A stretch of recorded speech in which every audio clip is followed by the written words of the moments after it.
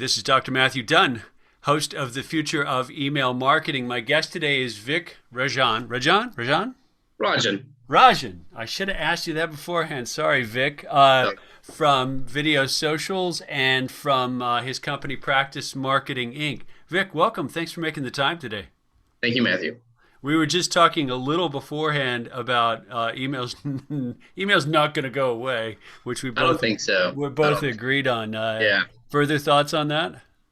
Yeah. Well, it's kind of whether we like it or not, it's not going to go away. Yeah. I feel it's kind of like this new paradigm of video conferences and Zoom, and whether we want it or not, it's not going away. It's not going away. And it's only, quote unquote, going to get worse. It depends on your perspective. And email's the same way. Like we were chatting just, off the record, so to speak, that it's across all age groups, demographics, income levels. We live and die by email inbox. And yeah, we have to be more organized, and it's the overwhelm, deluge as recipients. And thus, as marketers, we have to be more savvy, to be more segmented, and to be more, specific and relevant. But that's with any marketing. Any good marketing is relevant for the demographic and the time. So I think, especially with, we can go into some of the technologies where email marketing is going and stuff like that. I think it's going to be even more fantastic. AMP and dynamic emails, right? That stuff hasn't really come into play in any significant way. And I don't know how much you've spoken about that in prior episodes, but we're at the dawn of a new era. And in my world, where we include video and emails, we're not literally including video and emails yet. Right. That's just a figurative statement. It's like turn muscle into fat, or the other way around. That's what I do. Turn fat into muscle is what I think. That's what everyone else should be doing. So for that aspect, I think it's exciting times to come when it comes to email. I hope so. Let's come back to the dynamic and real time content. I want to seize on something you said there, because I thought it was a good analogy to help people understand email's continued fit in the landscape. You mentioned how video conferencing isn't going to go away, and I totally agree. But let me throw a structural analogy at you and see what you think. Video conferencing, which really got accelerated by the pandemic, obviously, is technologically fragmented. We happen to be speaking on Zoom. We could have done this on Google Meet, on Microsoft Teams, et cetera, et cetera. There's not an open standard that says no matter what you're using, let's have a video call. Well, there is. Yeah. There is. I don't know if you want me to go there at the tangent. Run with it. So browsers, Chrome browser, Firefox, they all, especially Chrome has the WebRTC. WebRTC, sure. Okay, so that is an open source. I mean, technically, right? So Technically. let's not go down that tangent unless you really want to. So technically there is, but yes, Zoom has become a default.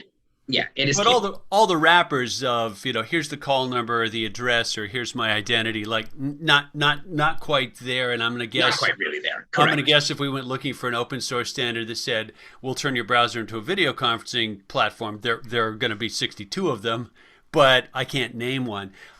Same structure, in my opinion, is the reality of messaging, texting. Right? You've got SMS, you've got Apple's iMessages, you've got WhatsApp, you got email. Unlike most of those, like that @sign thing, that address is like, sorry, it's kind of a global standard, and it's a global standard. Nobody owns it. Yeah, which I'm sure the USPS is kicking themselves. Seriously, yeah, right, or whatever government agency that could have done it, right? I mean, they could have gotten a penny per email. And USPS would be happy for that, but they didn't. Even though it was government technology, intranet is government technology, so they could have very easily done it.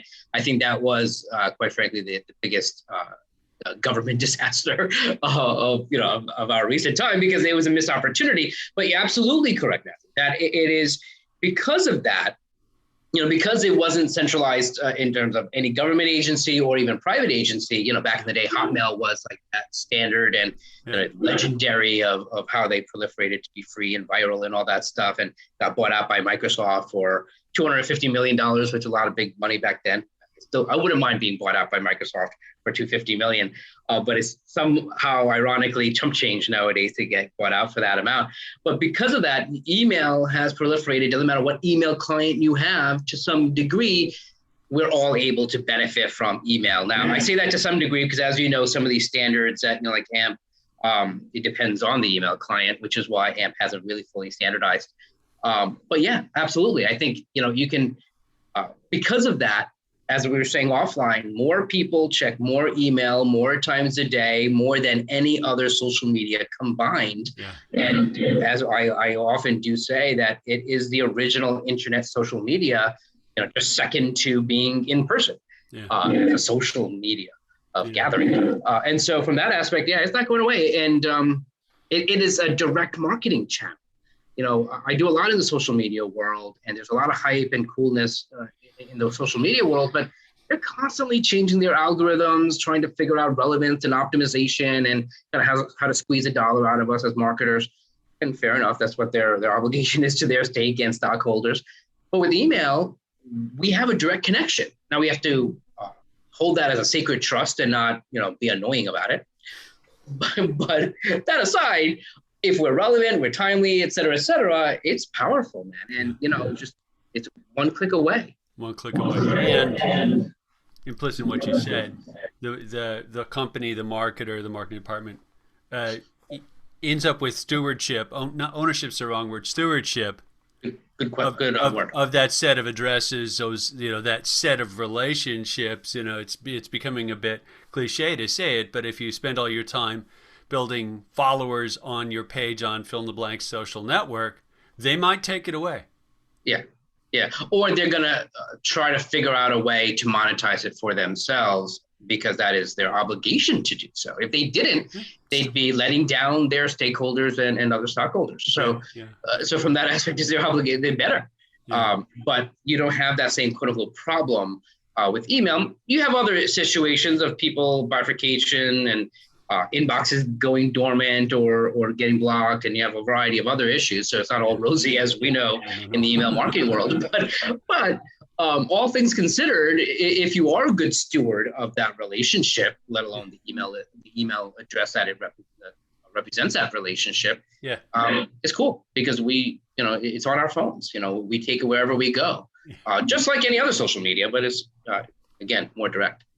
I was this is a few years ago now. I was CIO at a big like Fortune 1000 company, pretty good sized company, 20,000 employees. And the first thing I did when I walked in the door, this is like 2000 give or take, went around, met people, started learning the business. But I realized that that everybody spent any time on the road, particularly senior exec types.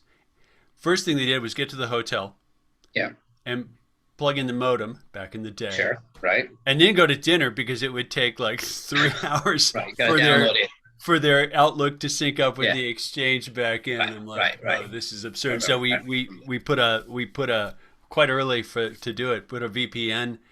Corporate VPN in place, which no one was doing at the time. I thought, like, this is inevitable. And all of a sudden, it was like they'd use the hotel broadband, and down it would come, instead of syncing to the company phone number, which we all used to have to do. And I think that was the most popular IT thing for years, just to get that friction point out of the way. But the point is, what was the lifeline for them? Bloody, email inbox. I think it continues to be. It's at a lot of my social media marketing seminars. In person now. If it's on Zoom, it's more annoying. But in person, I would, and if it's in the morning, like an 8 a.m. type of thing, I'll do like a raise of the hands. How many of you checked Facebook this morning? Good number. How many LinkedIn? It was a dismal number. How many of you checked email? Everybody. And I'm like, there you go. And sometimes it's a Facebook marketing seminar that I would be doing, just to kind of pivot the conversation a little, to kind of wink at, hey, don't forget email, how ubiquitous it is. Look at the room.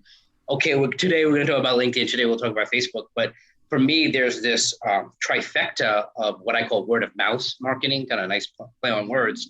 And sure, you have your website, blog, the content that's on your site. You want people to come back. You want an email capture form to capture that email address, because you're driving traffic from search or from social.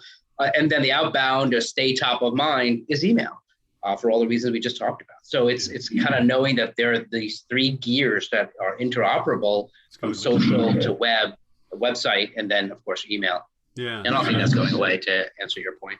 I'm just curious, since you mentioned LinkedIn, my observation in the past year has been that LinkedIn is getting a lot noisier. Yes? Yeah. Well, they're doing all the right things, I think. It's funny, because when Microsoft bought LinkedIn, that's like, when like Sears bought Kmart. 25 billion. Yes, but it was just kind of like, all right, like what good thing is really gonna come from this? Because Microsoft is not known as the most hip company right now, and LinkedIn is definitely not the hip social media. And so, all right, you got these two boring but B2B enterprise oriented companies coming together.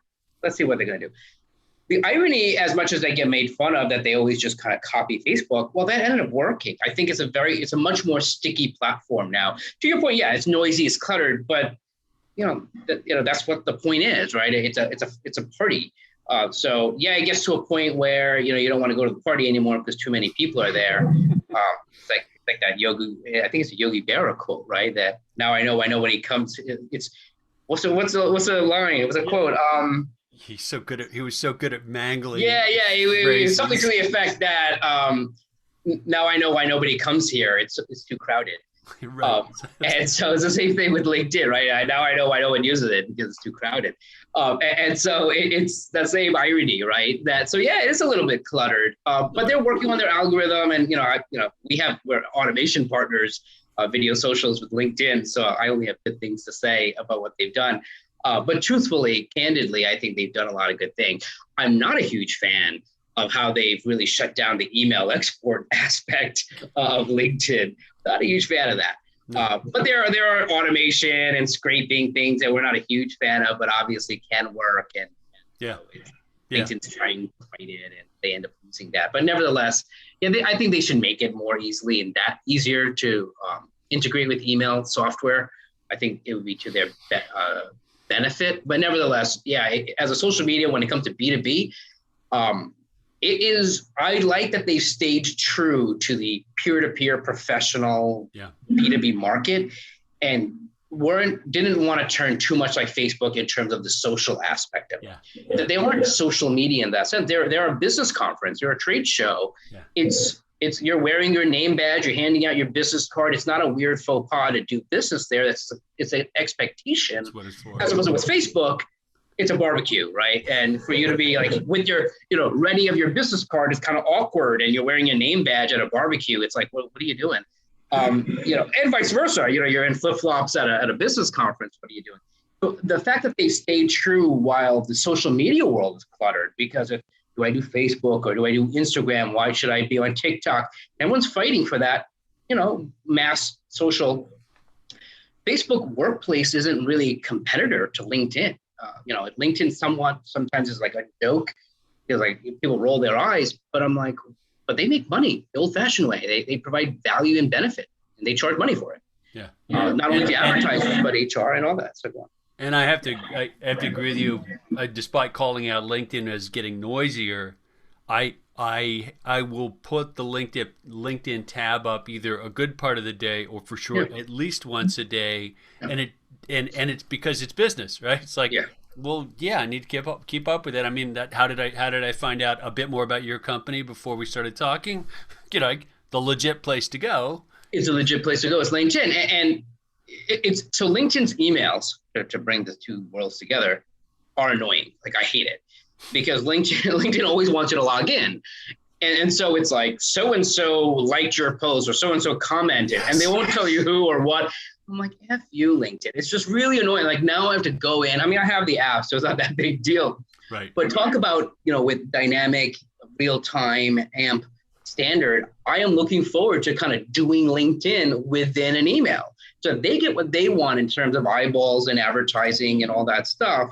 But I don't have to leave my interface to give LinkedIn the eyeballs and the credit for advertising, which is really what they want.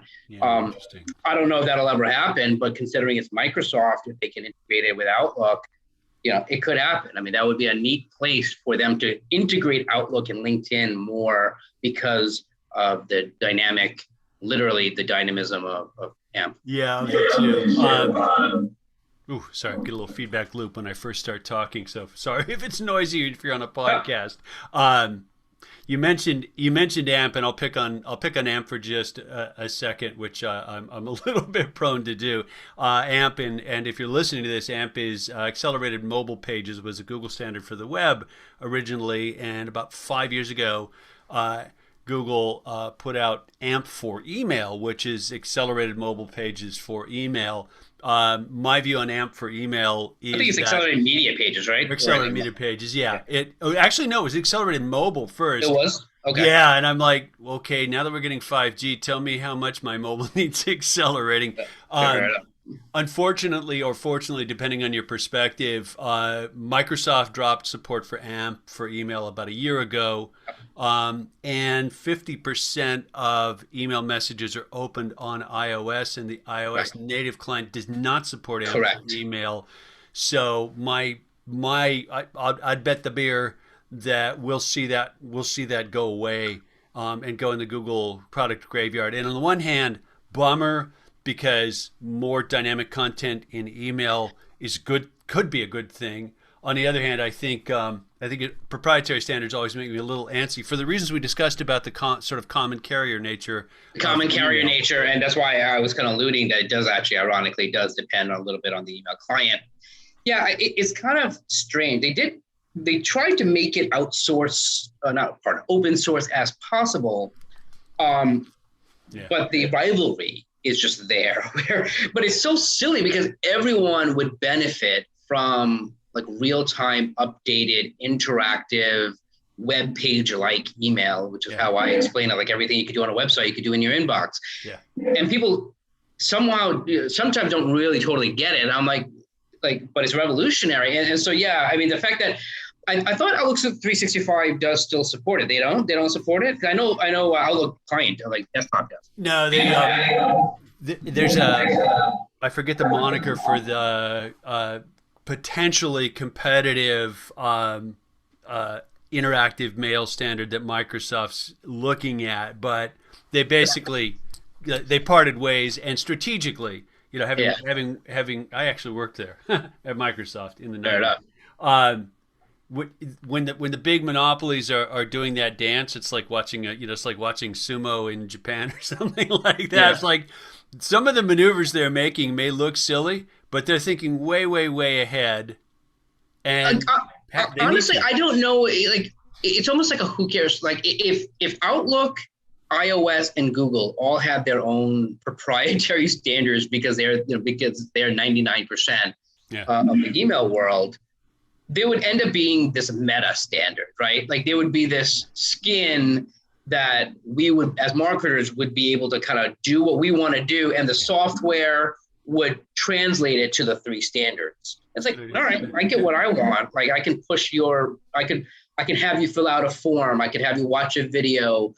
You can, buy tickets. You can do all this stuff within the email, because it's going to translate it to the Outlook standard. It'll translate it to the iOS Apple standard, and et cetera, et cetera. So like from a marketing standpoint, who cares really? Because it'll make more sense to have the meta standard, so to speak. So do it already. Just do it, because then we can do this all really cool stuff that right now, it's kind of almost silly that we can't. Yeah. And people don't know how it could be because we just don't have it. So it's like we don't know what we don't know. But it's annoying to have to click and go to a web or go to an app when I'm right here. I'm in my inbox. Like why am I not just doing it here? Well, it's even even before you get that click, it's massively annoying to have the simple design limitations. Data gathering. Email versus web. Like, God, email HTML is a nightmare. It's so fragile. It's so fussy. You've got this ecosystem of great companies, Litmus, Email, and Acid. Like, what's their raison d'etre? To help you make sure it's not going to look like crap. Make sure it's not going to break. Yeah, it's not going to break. And for something that literally we all live and die on for business, more than social media. So it's silly that they're not fixing it, because especially to a company like Microsoft with Outlook, Yeah. even more so, because that is their bread and butter. Like, they're a business to business company, even more so than like iOS and Apple, where they're more of a consumer products company. As much as I say that, and I'm sure they make billions in the enterprise, so, but nevertheless, like, they're seen as a consumer products company or consumer facing. Yeah. Um, I think email is a victim of its own structural advantages there.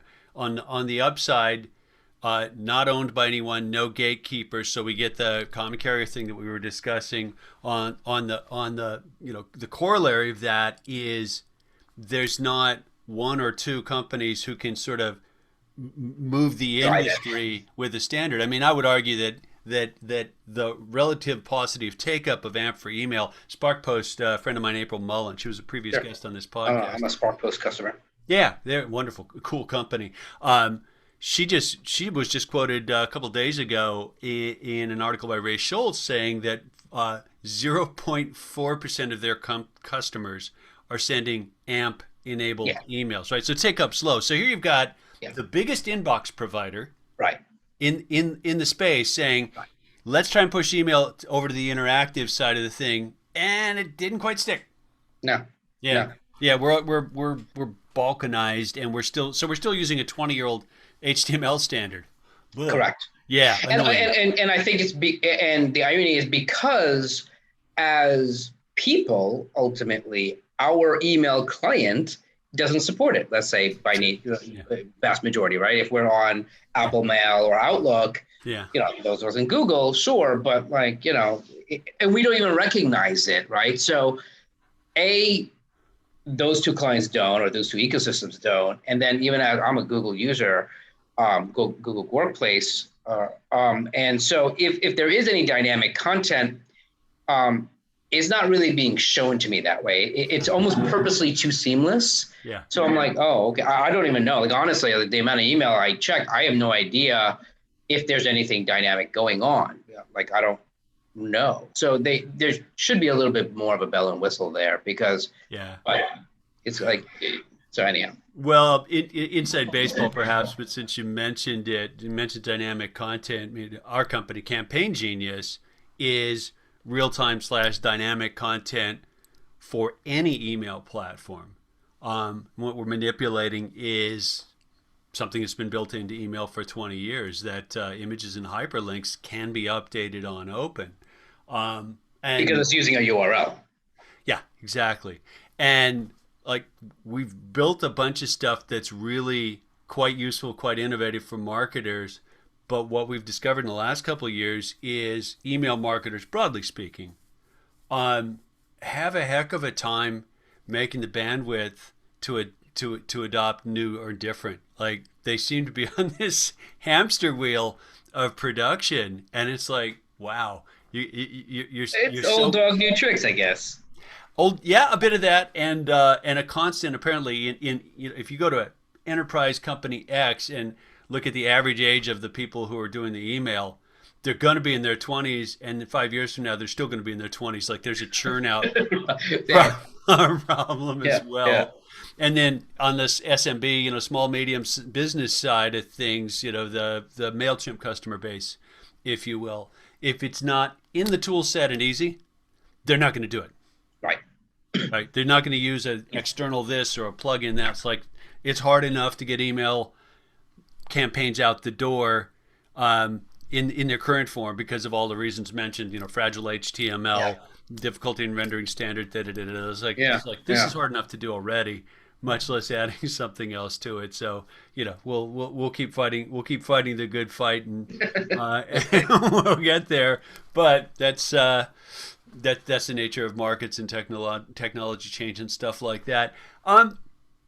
One other aspect of dynamic content, though, that I want to sidetrack on, because it goes back to your company, Video Social. You mentioned video and email, which is an area of interest of mine as well.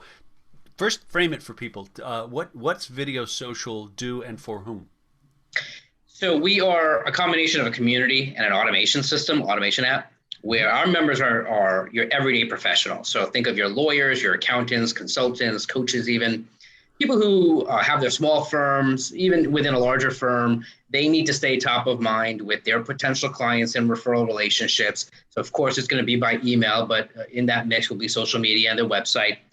And so they come to our video blogging clubs and they get their video blogs recorded together, fun and done. It's kind of like a networking group that would meet on Zoom, except the express purpose is to practice recording, give each other feedback and ideas, eventually get to know each other well enough where they're liking and sharing each other's videos and multiplying the results of their video marketing by email and social.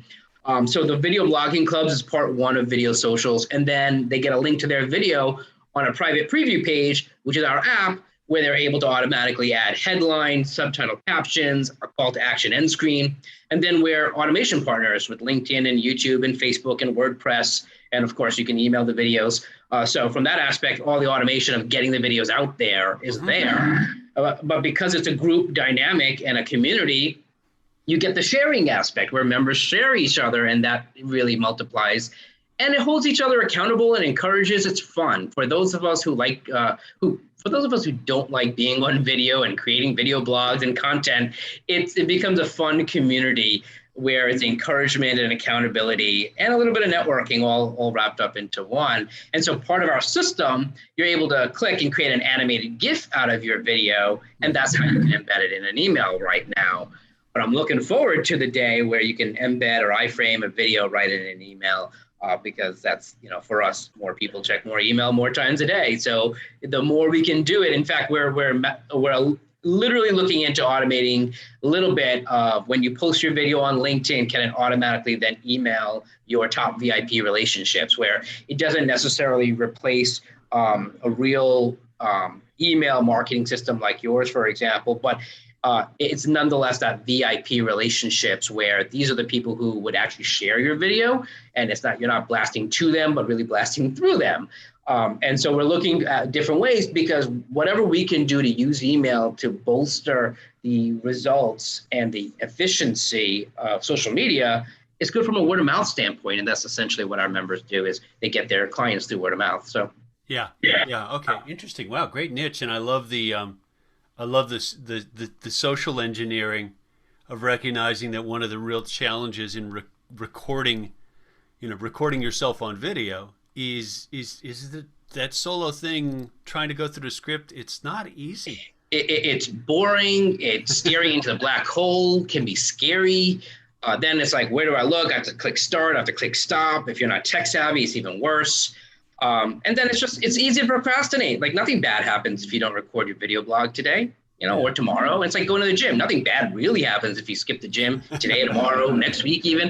But then after a while, as I know, it creeps up on you. And then after a while, you don't video blog on a week-to-week basis. And then it's like, yeah, I did that last month. I kind of stopped. Maybe I don't need to do it anymore. And you fall off the bandwagon, and now you're out of sight, out of mind, out of business. Yeah. The other thing that I think you're addressing with that, just listening to it, which I quite like the way you laid that out, is there's a bunch of really uncomfortable self-awareness triggers involved in that solo video recording thing. I mean, even just audio recording. I've done a bunch of voiceover work for separate business, but even just an audio recording of I'm sitting here, I'm going to go through the script, pause, listen to it, like, oh crap, right?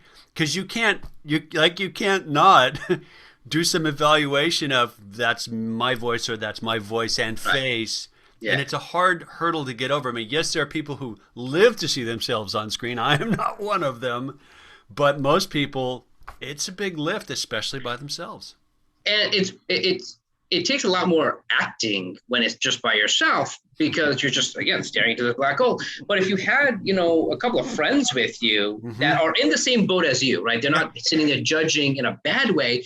It's either it was their turn or it's gonna be their turn. So we're all in the same boat of a little bit of butterflies, even if we're not, completely nervous. So you have your peers that you're comfortable with. Yeah. So it becomes friends and family. So from that aspect, as a peer community, it's a lot easier to kind of talk to and kind of have to do the presentation in front of a small audience than just where do I look and how do I look and. Yeah. Yeah. And they support each other. They give feedback. So it's That's great. Plus, you get that you get that change in dynamic of how you talk to to a person, particularly yeah, that you've got a relationship with, is not nowhere near the framework you're in when you're staring at that black hole, as you said, and trying to stay on script. Right.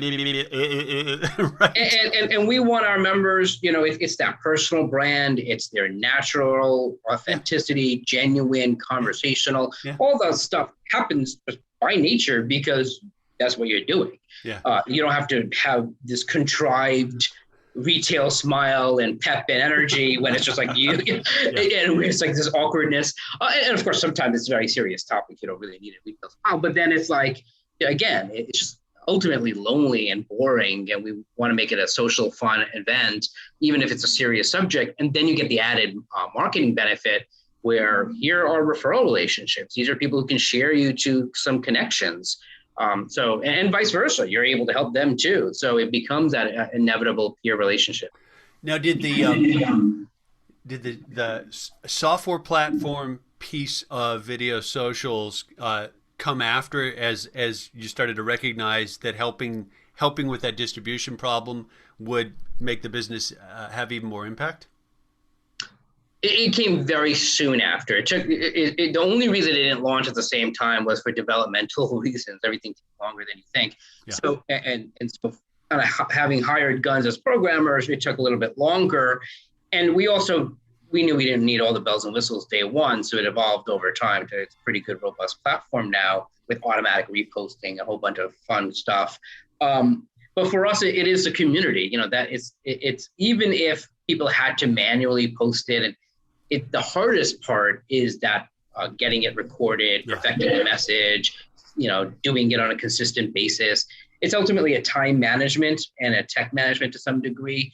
And that, kind of what we said, emails never going away to some extent.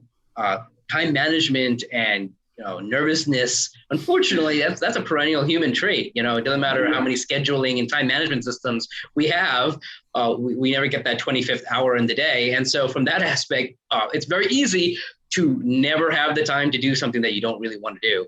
And so we make it fun. So to answer your question, it came very soon after. We launched this end of January, really February of 2019. Okay. And the software was starting to kind of come out for our members to use like in March, April. So it was relatively quick. But I do remember being a little bit of the hamster wheel promising of like, it's going to come next week. And, next week, I kept saying. But I said it for like 2 months. And then it was like, all right, here it is. And then, we'll fix that bug next week. Yeah, that's software. It always takes longer than you think. It's like any construction project. It's because exactly. Is your market for the service? I would guess at least U.S. nationwide. Yeah. We do have a member in Germany and potentially more members in Europe, but nationwide here in the U.S. in about a dozen states, we've got over 120 members and growing. So we've got raving fans. So relatively new in terms of how this is really growing and scaling, but it's fun. Very cool. And of course, I'm here in New York, you're in Washington. And so it's just, people have the same needs all over, whether they speak English or German or Italian or Japanese. There are lawyers and consultants and other professional service providers who are subject matter experts and thought leaders, and they need to make an impact and stay top of mind with their circle of influence for their business, their practice. And so we're looking forward to video socials, the sun never setting on video socials. Do you find that folks in real estate or folks in law are more natural and comfortable on camera out of the gate? It's amazing. Right? People think like, oh, he's a litigator. They're thinking like Law and Order or, To Kill a Mockingbird and they're like, of course, he's going to be a natural, but he's nervous. Or she is a relatively young person. So of course she's going to be much more video savvy. People are people. It's all sorts of hangups. And then we've got like a good 20% of our members, don't get me wrong, are not the nervous type. It's just, they know they need a drum beat. It's like, let's just get going. It's like, very often it's the fit people who have coaches and fitness trainers and are training at the gym more than folks like me who need or should go to the gym. And so there's a good cadre of our members who are doing keynotes, and they've got podcasts and courses, and they've got a whole media infrastructure, and they're really seeing video socials as part of their marketing mix. But to answer your question, it's not necessarily by profession or by age or gender. People are people, and it's a lot of fun, I think, and that's a good dynamism that that's well-seasoned, well-connected professional is able to learn from someone who's maybe newer in business and maybe presents better, and vice versa. Right. Everyone's learning from each other. Right. Nice. It's kind of encouraging to hear. I think it's easy for people, maybe less so now, because I've been working with been working with video a long time. Sounds like you have as well. Mm-hmm. But as I watched video and the volume, sort of volume prominence, usability of it start to climb, it's easy to underestimate the off-screen work as well. Yeah. Like this is not type hit send. It's like you cutting this, editing that, getting a master file there, like all of that stuff. It's like, oh, this is time consuming, and it's actually hard to make it kind of a methodical pipeline, because there's some. I've been doing this for 10 years. There's still grunt work with video. There is, and kind of our job on the software side, the community side is the interaction and the friendship and the peer relations. On the software side, yeah, I agree with you, Matthew. However, that's kind of our goal, is to make it less so. Yeah. So, and we do so in two ways. One, of course, there's automation, and the tools can be there where you push a button and now Alexa will transcribe your video into a read-along written blog aspect of and then our system turns into subtitle captions. It's eerily accurate. So that's taken care of. Adding the headline, the call to action, end screen, that's there. We've lessened the need and almost eliminated the need to do a lot of that cutting and splicing by reminding our members that you want to keep it short and simple. Because these are people scrolling through social media or scrolling in their inbox. And unless it's short and pithy and extremely relevant in that 2-minute range at most, you've lost it. Right. So if you're when it comes to like a big production, a nonprofit gala video or a webinar and courses, where it's hours of footage and you need B-roll and different camera angles, absolutely. Then you need either you're doing it yourself and you're, being lost in the black hole quagmire, or that's why you hire production staff. That's why videographers, I think, are extremely essential and necessary. We don't really displace them. We're really filling a void between that do-it-yourselfer and, of course, that professional videographer who would just be annoyed to have to take that pitiful work, an annoying amount of work, that it's just like, really? You want me to edit a 5-minute blog for your LinkedIn? Like, it's COVID and I can't go in person, so I'll do it. But they don't really want to do it. Like, that's awful. Or it's just too cost prohibitive because they're like, all right, I'll charge you my rate. Yeah. And that's just silly, right? So we fill that void. So to your point, yes, there is a tedium that we've automated, and we've also kind of figured out the sweet spot to avoid a lot of the tedium that you may need, because if you say, like, we get compared to Toastmasters a lot. I don't know if you're familiar. Yeah, sure. My wife was in Toastmasters. Yeah. Oh, excellent. My business partner was president of the largest Toastmasters in Hawaii. So we pay a lot of respect to them. And so very much we're like the Toastmasters of video blogging. And they have like an and counter, I'm sure you've heard from your wife, where they literally will count how many times. And we don't do that because we're like, that's silly. It's like, it makes sense for that world, perhaps. But for us, say and like, no big deal.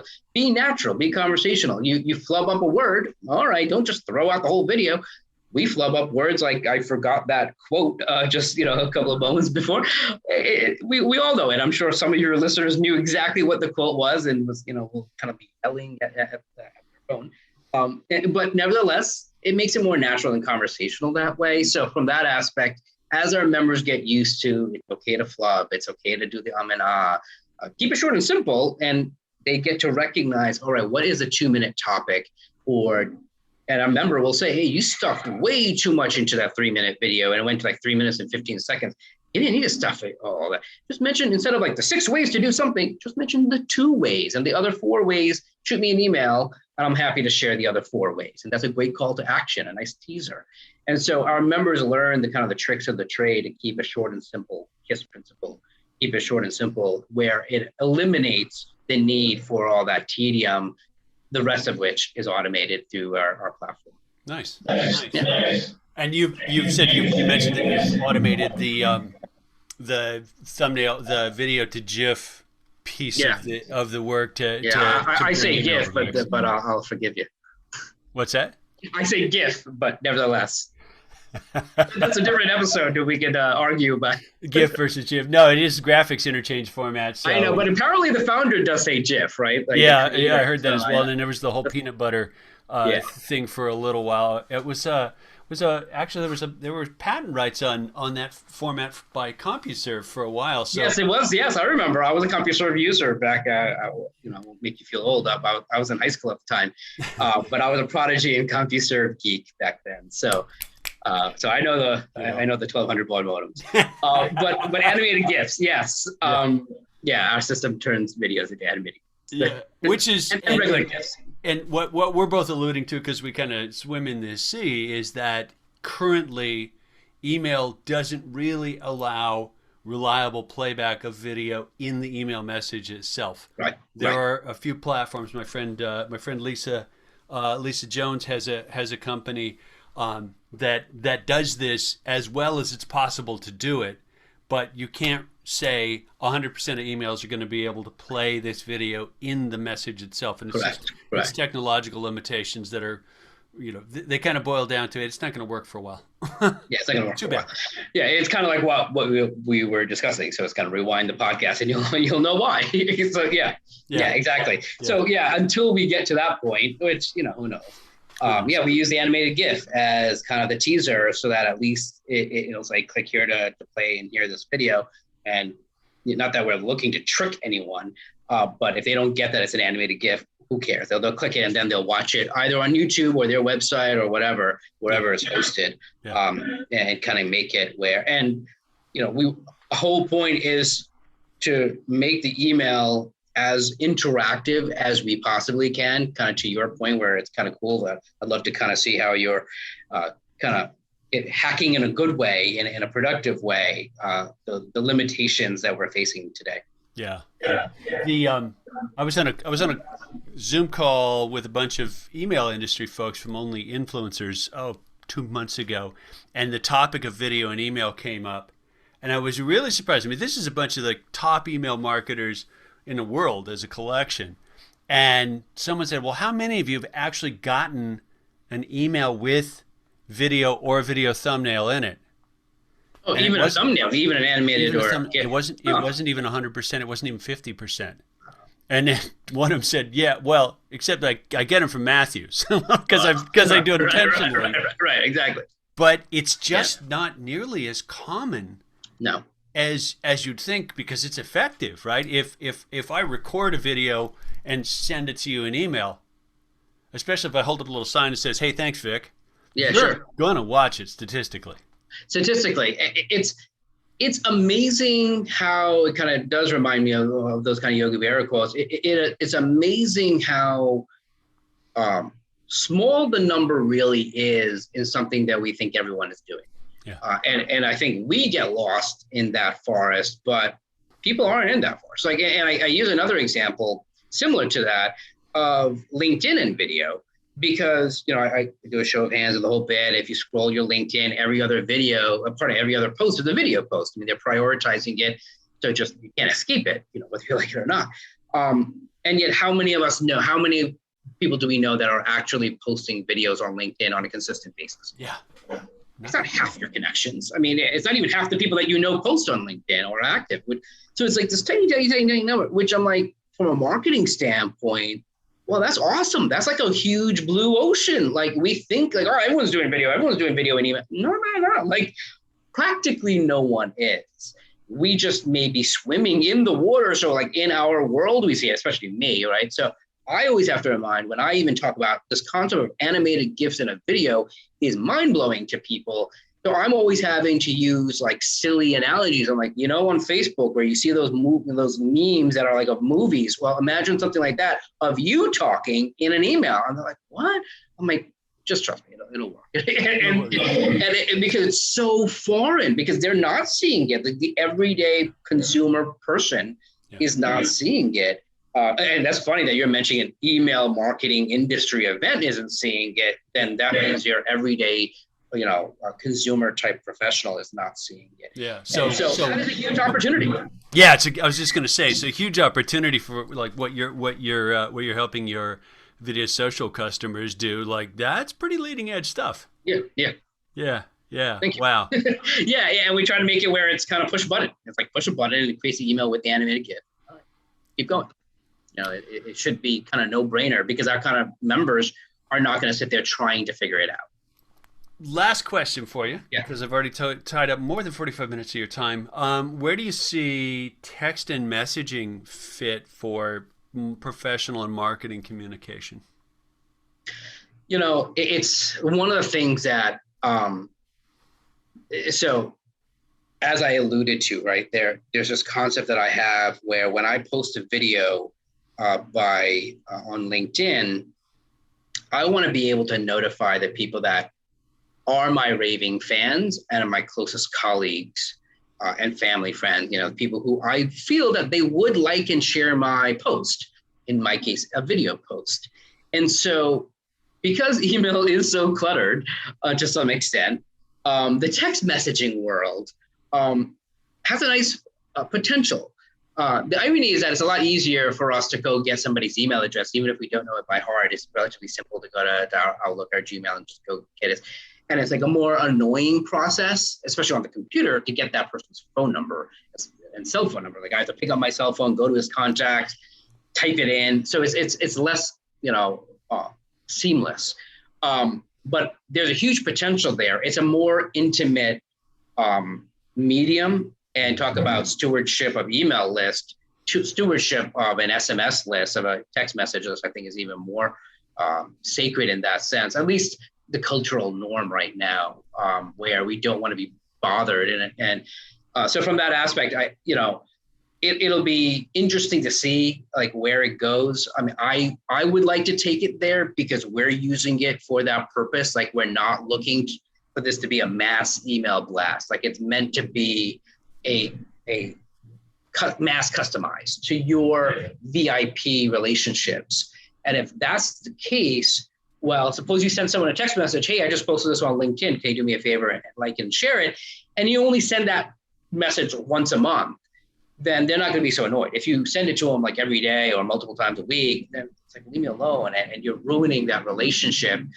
And, and it's a VIP relationship, even worse, right? So it's not even just you're ruining a potential client. This is like your beer drinking buddy. This is your, this is your uncle. Like this is your cousin. Like there are people who, like curse at you back. So like it's a sacred relationship even beyond a customer relationship. So to answer your question, I think the worlds can come together. We just have to be that much more careful. Why do you ask, by the way? Like, two reasons. One, I've had any number of guests.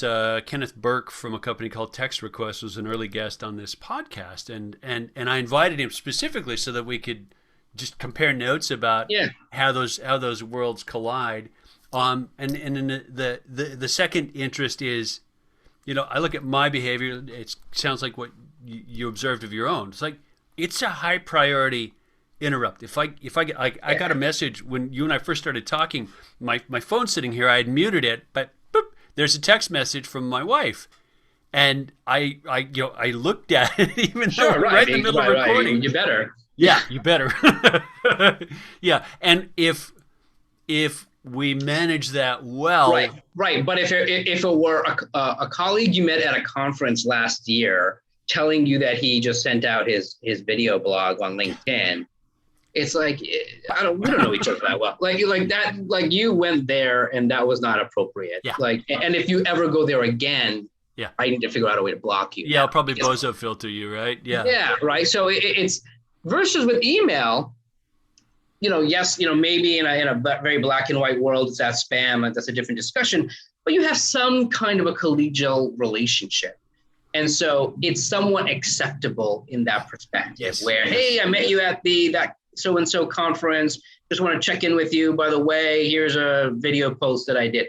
All right, I'm not mortally offended by that. I mean, just click delete, but I'm not like, how dare you send that to me? And if you ever email me again, I will track you down and disconnect from you. Like, all right, you shot me an email. And so I think that's an advantage because we have a lot more of those outer circle relationships than inner circle relationships. And we will always just 80-20 rule. So from that aspect, email enables you to stay in contact with the 95% of your relationships that are not 5%. Yeah, well put. Yeah, so, but then you have the advantage with 5%. Why aren't you using text messaging?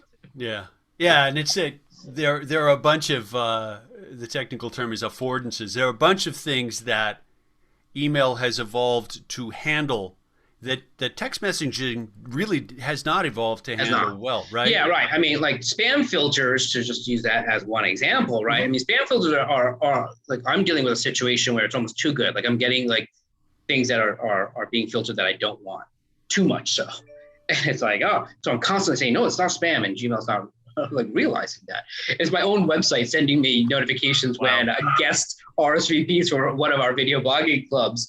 And I'm like, that's really annoying because I really, as a sales professional of my company, I need to know. Like, I want to know that someone has RSVP. And so I want to be, that's something I want to be bothered with.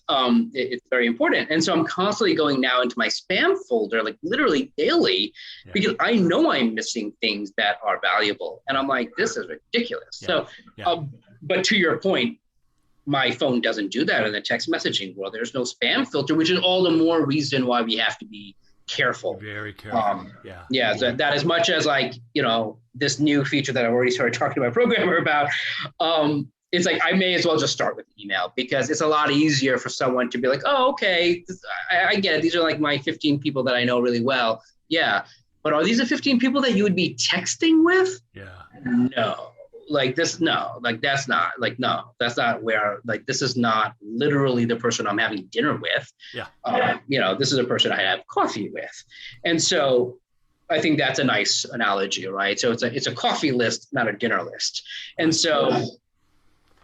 Yeah. It's only going to get more complicated. But we are here to figure it out. We're here to help. We're here to figure it out and here to help people. Well, Vic, what a delightful conversation. This is a lot of fun. You know your stuff. I really. You never thought that having a conversation about email marketing could be so fun. Like I know that's not.